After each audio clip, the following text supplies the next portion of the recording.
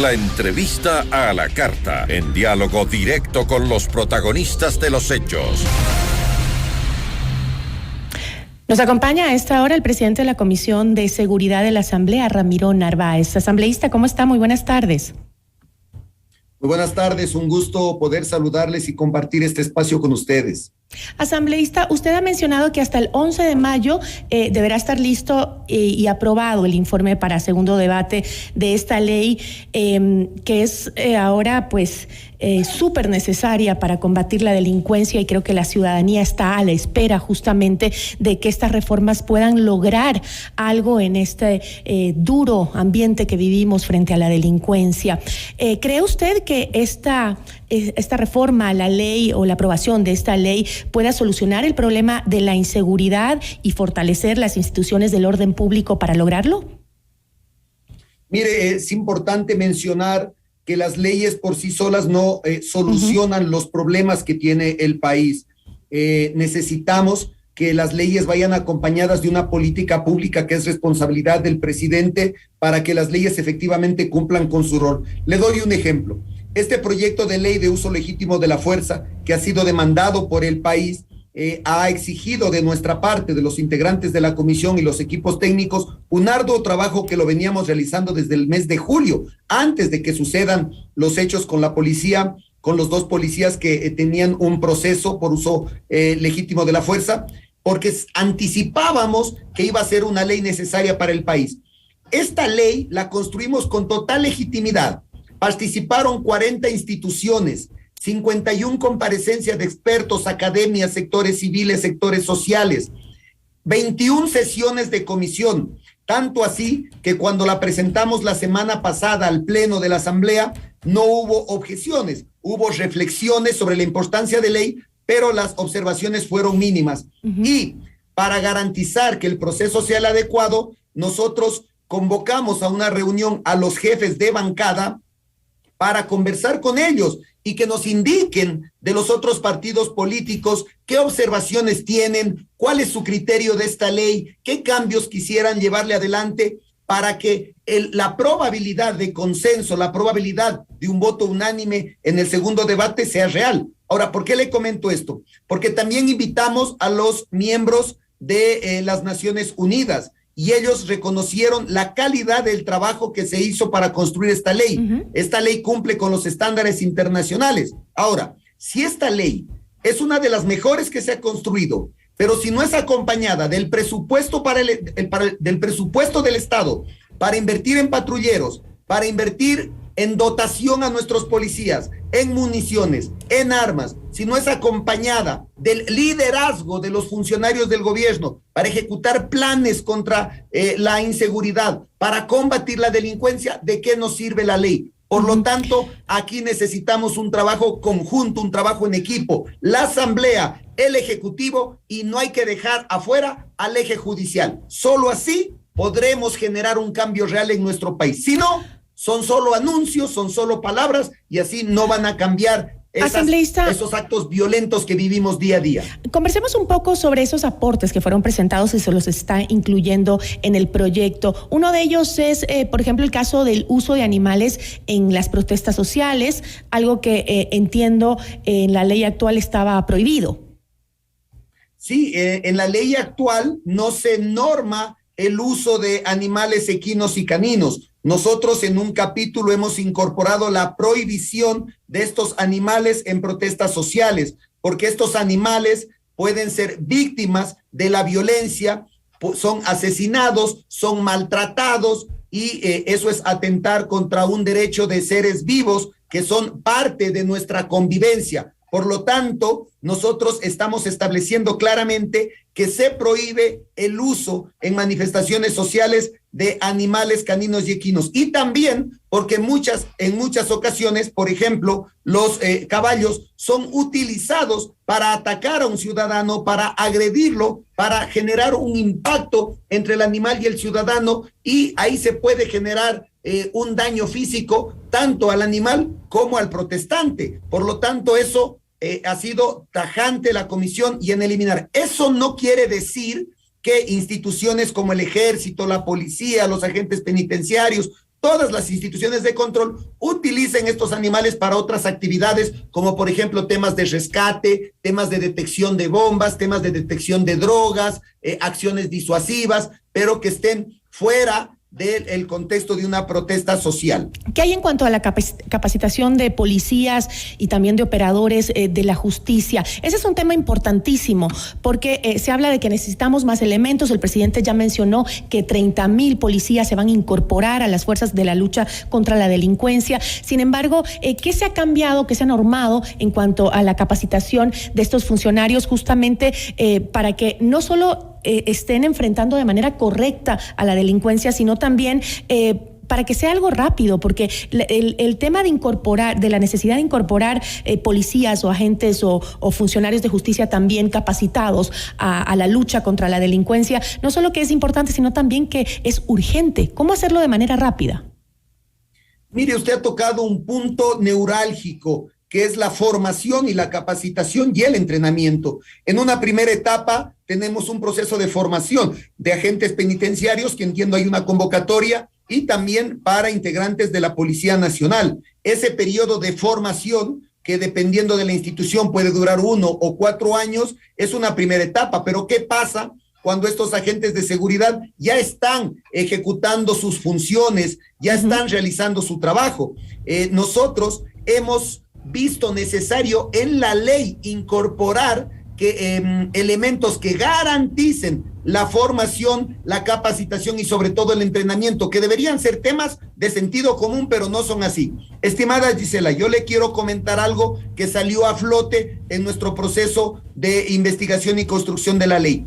Un policía que no había disparado su arma desde el año 2009. Imagínese, ¿cómo puede el policía desarrollar esas destrezas y habilidades para enfrentar el crimen si no está capacitado, si no está entrenado? Y no solo eso, sino que tampoco tiene la dotación como armas, como municiones y los trajes de protección. Es decir, estamos enviando a nuestros policías a enfrentar a una delincuencia que tiene una capacidad económica impresionante, que tiene armamentos de mayor alcance que nuestra misma Policía Nacional y que tienen herramientas tecnológicas que les permiten seguir delinquiendo. Y a nuestra policía la enviamos a combatir a ellos de manera desprotegida. Es por eso que vimos vital y necesario garantizar que los procesos de formación, de capacitación y de entrenamiento estén establecidos en la ley. Pero es un entrenamiento adecuado. Tiene que haber estándares de cumplimiento y estándares de evaluación, que se creen espacios de simulación. No es lo mismo, estimada Gisela, disparar una pistola en un entrenamiento que frente a un criminal. Por lo tanto, hay que recrear esos espacios y entrenar bajo presión, bajo estrés, para que estén capacitados nuestros policías. Si no, caso contrario, los delincuentes tendrían ventaja y estamos poniendo en vida no solo a los ciudadanos, sino también a nuestros policías. Y eso sobre todo si es que hablamos de que se los provea de armas letales, ¿no? De que puedan usar armas letales, porque entiendo que también se abrió el debate sobre la posibilidad de que no solo la policía, sino también las Fuerzas Armadas y el Cuerpo de Seguridad Penitenciaria utilicen armas letales frente a la crisis que hemos vivido en las cárceles y también conociendo que pues esta crisis se traslada a las calles, que es también lo que vivimos en las calles. Sí, mire, lastimosamente esa violencia se traslada. Personalmente advertimos al Estado ecuatoriano y al presidente de que la violencia que vivíamos en las cárceles se va a trasladar en las calles y una vez más, lastimosamente no nos equivocamos. Hoy en las calles vemos acciones violentas similares a las de las cárceles, decapitaciones, cercenación de extremidades, muertes estilo sicariato, que lastimosamente se han trasladado. Si el Estado no se fortalece, no corrige, eso va a seguir produciéndose. Usted mencionó algunos elementos importantes. Lo primero, ¿qué rol van a jugar nuestras Fuerzas Armadas? Porque también a ellos ya los incorporamos en el uso legítimo de la fuerza. Nosotros estamos garantizando que las Fuerzas Armadas puedan salir a nuestras calles a cumplir con sus funciones los 365 días del año, pero dentro del cumplimiento de sus funciones, como lo digo, ¿cuáles son las que nos interesan a nosotros? El control de armas. ellos pueden salir los 365 días a hacer un control de armas de manera permanente en todo el territorio ecuatoriano. Y una segunda función y competencia que ellos tienen es el tema de la custodia de las fronteras. Estimada Gisela, los elementos que generan violencia al interior del país son las armas y las drogas. ¿Por dónde ingresan? Por las fronteras. Si nosotros fortalecemos a nuestro Ejército Nacional, si nosotros les damos las garantías legales, físicas, económicas, presupuestarias, para que ellos tengan una presencia firme, eficiente en la frontera, podemos contener el ingreso de esos elementos y bajar los índices de violencia de manera significativa. Pero aquí mucho tiene que ver el Estado. Estas leyes que nosotros estamos creando deben estar acompañados de la política pública. Si el presidente no pone voluntad, si el presidente no escucha a la Asamblea, que le hemos dado ya un sinnúmero de consejos y que a la final los toma, pero de manera tardía, esto no va a cambiar. Hay que trabajar en equipo, hay que trabajar. Asambleísta, parece que tuvimos un problema con la conexión. No sé si podemos retomar la conexión. También entiendo que respecto al análisis de la ley, pues también se plantea que un grupo especializado de seguridad y vigilancia penitenciaria. Ahí lo tenemos de nuevo. Asambleísta, parece que perdimos un momento la señal. Nos comentaba también de lo que se está haciendo por el tema de las cárceles, cuándo podrían actuar los militares, cuándo podrían utilizar armas letales. Ahora, el tema de los guías penitenciarios, que son justamente los que están al frente, en la primera línea de trabajo con la gente que está al interior de los centros penitenciarios, ¿no? Ellos, entiendo que también se va a trabajar con un grupo especializado en vigilancia penitenciaria y también que puedan actuar o intervenir en momentos de alta complejidad o crisis. ¿Cómo identificamos esos momentos?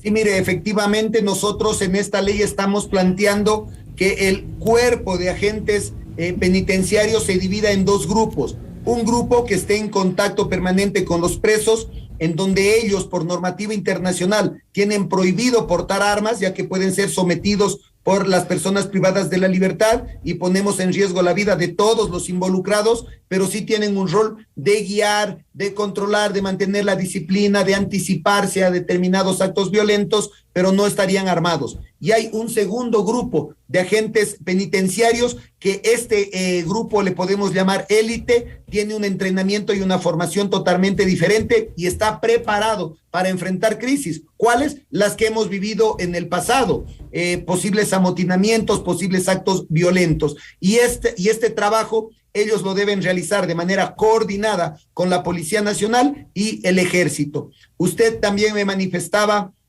algo sobre las armas letales. Efectivamente, estas pueden ser utilizadas en el 6º nivel de uso legítimo de la fuerza. Hay diferentes niveles, va desde algo tan básico y sencillo como la misma presencia del agente de seguridad. Ese es el nivel 1, la presencia física. El segundo es el contacto visual. De ahí hay un nivel superior que es la verbalización. Alto ahí, baje el arma, deténgase, elementos como este. Luego hay un nivel más alto que es el contacto físico, en donde yo puedo neutralizar al delincuente a través del uso de la fuerza. Luego hay un nivel adicional que permite la utilización de armas no letales para intentar neutralizar. Y el 6º nivel es la utilización de armas letales. Pero algo que es importante mencionarlo, porque esa duda se ha generado en la población, es que no necesariamente el agente de seguridad, para dar un ejemplo, un policía tiene que seguir de manera secuencial esos 6 niveles.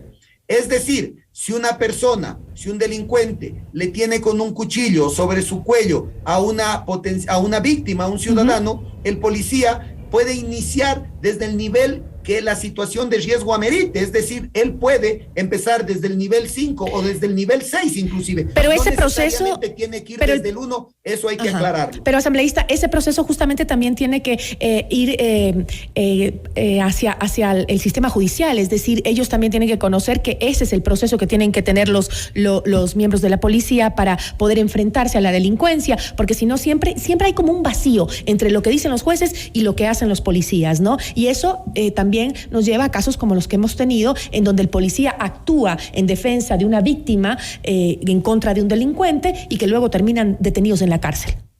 Mire, qué importante lo que usted ha manifestado y no podíamos dejar de analizar este tema que es el eje de justicia. No es lo mismo que un delincuente le dispare a un ciudadano y le quite la vida a que un policía en cumplimiento de sus funciones y para salvar su vida y la del ciudadano dispara a un delincuente y le quita la vida. El proceso o la investigación judicial sí tiene que realizarse, pero no puede ser tratado igual. Es por eso que nosotros estamos clarificando que se deben establecer procesos claros, formularios, procedimientos que protejan y den tranquilidad al policía cuando ejecute su labor. Y algo importante, estamos estableciendo en la ley que tengamos la presencia de fiscales especializados en el uso legítimo de la fuerza y que todo el eje de justicia de manera obligatoria tiene que entrar en un proceso de capacitación sobre este tema. Caso contrario, nuestros policías siempre tendrán temor de actuar frente a un hecho en donde está en riesgo la vida del ciudadano o de él. Hoy día todo esto va a quedar esclarecido en esta nueva ley. Y cuando quede todo esto esclarecido, ¿para cuándo la tendremos vigente? Porque es urgente para la ciudadanía tener estos parámetros en donde se pueda mover la policía, la justicia, para darnos más seguridad a los ciudadanos. Nosotros la semana pasada ya realizamos el primer debate de esta ley, luego de eso tenemos 90 días para el segundo debate. Sin embargo, el trabajo eficiente que ha hecho la comisión y al ser un tema que lo venimos revisando desde el mes de julio del año pasado, nosotros hemos garantizado que vamos a incorporar los ajustes que nos entreguen en un plazo máximo de 30 días y presentaremos el informe respectivo para que la Asamblea establezca una fecha y que ahí se trate la ley en el segundo debate, de tal manera que de inmediato el presidente tenga esta ley en sus manos y esperamos que no haya ningún veto, sino que sea aprobada o que tenga el visto bueno del presidente y entre en vigencia. Esta es una demanda del Ecuador. La Asamblea Nacional trabaja, no todos los asambleístas, y lo digo abiertamente, estamos involucrados en temas de pugnas, en temas de enfrentamientos, hay comisiones, hay asambleístas, hombres y mujeres, que estamos trabajando todos los días de la semana para procesar las leyes que el Ecuador necesita. Este es un ejemplo de eso.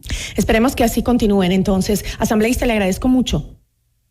Gracias, un saludo afectuoso a todos ustedes. Una buena tarde. Esperaremos atentos la resolución desde la Asamblea de esta ley. Ramiro Narváez, presidente de la Comisión de Seguridad de la Asamblea.